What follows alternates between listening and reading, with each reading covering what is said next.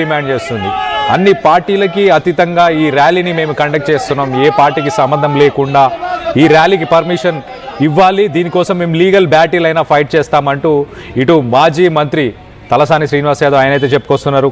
ఖచ్చితంగా మేము కోర్టుకు వెళ్తాం, పర్మిషన్ తెచ్చుకుంటాం. ఫస్ట్ వీక్లో మొదటి వారంలో దీనికి సంబంధించి మరొక ర్యాలీని ప్రపోజ్ చేస్తామంటూ మొత్తానికైతే ఆయన చెప్పుకొచ్చారు. సో పోలీసులు అయితే ప్రస్తుతానికి స్టిల్ మనం రైట్ సైడ్ విజువల్లో చూడొచ్చు, అక్కడ మంత్రులు అలాగే ఎమ్మెల్యేలు మాజీ మంత్రులకు సంబంధించిన మాజీ ఎమ్మెల్యేలకు సంబంధించిన వెహికల్స్ని కూడా బయటికి వెళ్ళనియట్లేదు. ఆ వెహికల్స్ ఒకవేళ బయటికి వెళ్ళినా వాటితో పాటు పోలీసులు ఎస్కాట్గా వెళ్తున్నారు, వెంబడిస్తున్నారు. ఆ వెహికల్స్ ఎటు వెళ్తున్నాయన్న ఆరా తీసే ప్రయత్నం పోలీసులు చేస్తున్నారు. సో హై టెన్షన్ వాతావరణం, ఇటు సికింద్రాబాద్లో హై టెన్షన్ వాతావరణం, ఎట్ ద సేమ్ టైం ఇటు బీఆర్ఎస్ పార్టీ ఆఫీస్ దగ్గర కూడా హై టెన్షన్ వాతావరణం అయితే ప్రస్తుతానికి నెలకొంది. ఇటు ఈ శాంతి ర్యాలీకి సంబంధించిన ఆర్గనైజర్స్, దానికి సంబంధించిన లీడర్స్ని అరెస్ట్ చేసే విజువల్స్ మనం చూడొచ్చు. ఇటు సికింద్రాబాద్కి సంబంధించి స్లోగన్స్ కూడా ఇస్తున్నారు. ఒక్కసారి అక్కడ సిచ్యువేషన్ ఎలా ఉందో ఒక్కసారి మనం చూసే ప్రయత్నం చేద్దాం.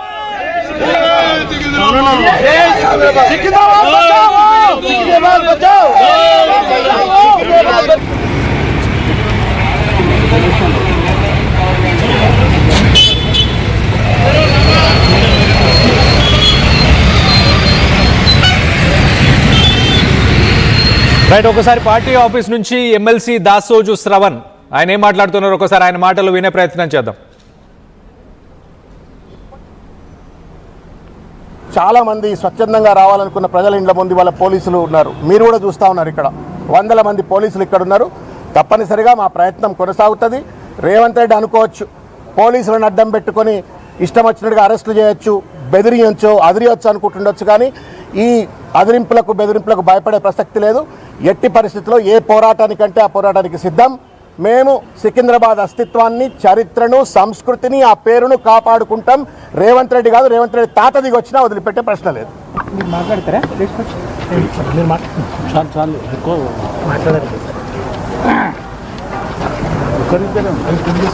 అని చెప్పని లిమిట్ చేసే విధంగా సైబరాబాద్ అంటే చంద్రబాబు నాయుడు గారు కట్టించింది కాబట్టి ఆయనకు నజరానగా దానికి ఒక మున్సిపల్ కార్పొరేషను ఆయనను గెలిపించింది కాబట్టి మల్కాజ్గిరి మున్సిపల్ కార్పొరేషన్ అని చెప్పని మార్చివేసి ఇవాళ ఔరంగజేబ్ ఎట్లయితే హైదరాబాద్ను దారుల్ జిహాద్గా మార్చే కుట్ర చేసిండో రేవంత్ రెడ్డి కూడా ఇవాళ సికింద్రాబాద్ను పూర్తిగా కూడా మల్కాజ్గిరిలో కల్పించే చరిత్ర 220 సంవత్సరాల చరిత్ర కలిగినటువంటి ఒక సికింద్రాబాద్ను నామరూపాలు లేకుండా చేయాలని కుట్ర చేస్తూ ఉండు.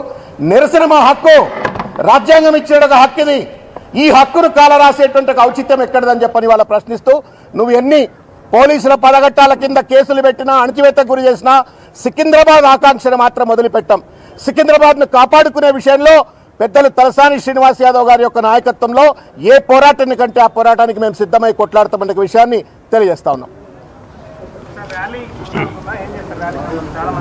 తప్పనిసరిగా మా ఇవాళ దాదాపు 220 సంవత్సరాల చరిత్ర గల సికింద్రాబాద్ని ఇటు మల్కాజ్గిరి కార్పొరేషన్లో కలుపుదామని ఇటు ప్రయత్నం చేస్తున్నారు. దాన్ని ఖచ్చితంగా మేము నిరసన తెలియపరచడం మా హక్కు అంటూ దానికోసం పోరాడతామంటూ కూడా ఇటు ఎమ్మెల్సీ దాసోజు శ్రవణ్ అయితే చెప్పుకొచ్చారు. సో మరి కాసేపట్లో మరి ఇటు కేటీఆర్తో చర్చించిన తర్వాత తుది నిర్ణయాన్ని తీసుకోబోతున్నారా, మళ్ళీ ర్యాలీని కండక్ట్ చేయబోతున్నారా, ఇటు హైకోర్టుకి వెళ్ళి పర్మిషన్ తెచ్చుకునే అవకాశం ఏమనుందా? మొత్తం మీద ఇటు శాంతి ర్యాలీకి సంబంధించిన విజువల్స్లో మనం చూడొచ్చు.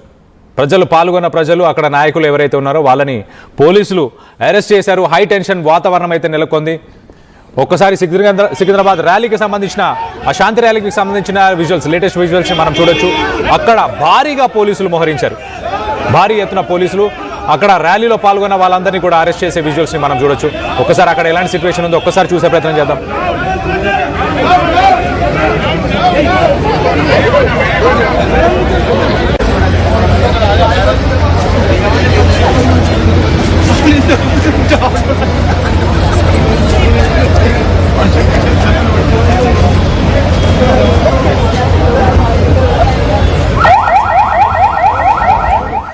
సికింద్రాబాద్ పరిసర ప్రాంతాల్లో సికింద్రాబాద్ రైల్వే స్టేషన్ దగ్గర ప్రస్తుతానికి విజువల్స్ని చూడొచ్చు. అక్కడ పోలీసులు మోహరించారు. అక్కడ భారీ ఎత్తున పోలీసులు మోహరించి ఆ ర్యాలీకి సంబంధించిన వాళ్ళని అరెస్ట్ చేసే ప్రయత్నం చేస్తున్నారు. ఇటు తలసాని మాజీ మాజీ మంత్రి తలసాని శ్రీనివాస్ యాదవ్ ఇటు పోలీసులతో ఆయన వాగ్వాదం చేస్తున్న విషయం, ఆ విజువల్స్ ఒక్కసారి చూసే ప్రయత్నం చేద్దాం. వైలెన్స్ చేస్తున్నారా, కొట్లాడుతున్నారా, లేకపోతే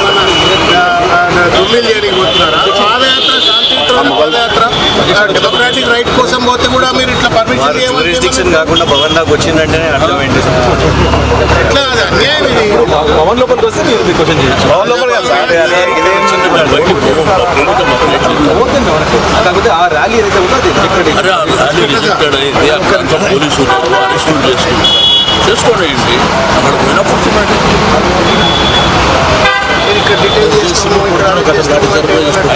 ఇంతమందిని వేల మందిని హౌస్ అరెస్ట్ చేసి ఇంత అన్యాయం ఏంది? ప్రజాపాలన ఇదేమన్నా నియంత్ర పాలన? రెండోది ఎమ్మెల్యేలు వెళ్ళిపోయారు. ప్రజాపాలన నియంత్ర పాలన. రైట్, ప్రజాపాలన నియంత్ర పాలన అక్కడ వెళ్ళట్లేదు మేము, పేరుకేమో జై సంవిధానం అంటారు.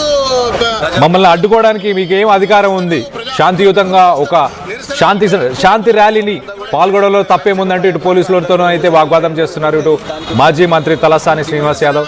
సో మొత్తం మీద బీఆర్ఎస్ పార్టీ ఆఫీస్ దగ్గర కొంత హై టెన్షన్ వాతావరణం అయితే నెలకొంది. రేవంత్ రెడ్డి ఎన్ని ఇంకా చేసిండు? జల సౌధనం అక్కడ పోలీసులకు సంబంధించి అలాగే ఇటు బీఆర్ఎస్ కి సంబంధించిన ఎమ్మెల్యేలకి ఆర్గ్యుమెంట్ డిస్కషన్ అయితే అవుతుంది. పర్మిషన్ లేదు కాబట్టి మేము పంపించలేను ఈ పరిస్థితి అంటూ ఇటు పోలీసులు చెప్పుకొచ్చే ప్రయత్నం చేస్తున్నారు. ఇటు బీఆర్ఎస్ నాయకులకు సంబంధించిన వెహికల్స్ అన్ని కూడా ఆపేశారు. అక్కడ విజువల్ మనం చూడొచ్చు.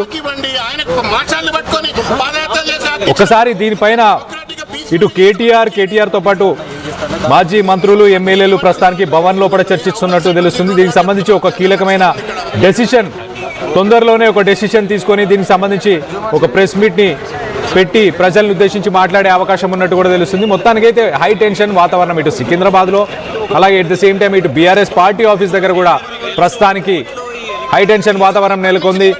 ఇటు దాసోజు శ్రవణ్ మనం చూడొచ్చు, ఎమ్మెల్సీ దాసోజు శ్రవణ్ కూడా ఇప్పుడు ఇటు మాజీ మంత్రి తలసాని శ్రీనివాస్ యాదవ్ ని జాయిన్ అయ్యారు. ఇద్దరు కలిసి పోలీసులతో ప్రస్తుతానికి చర్చిస్తున్నారు, డిస్కస్ చేస్తున్నారు.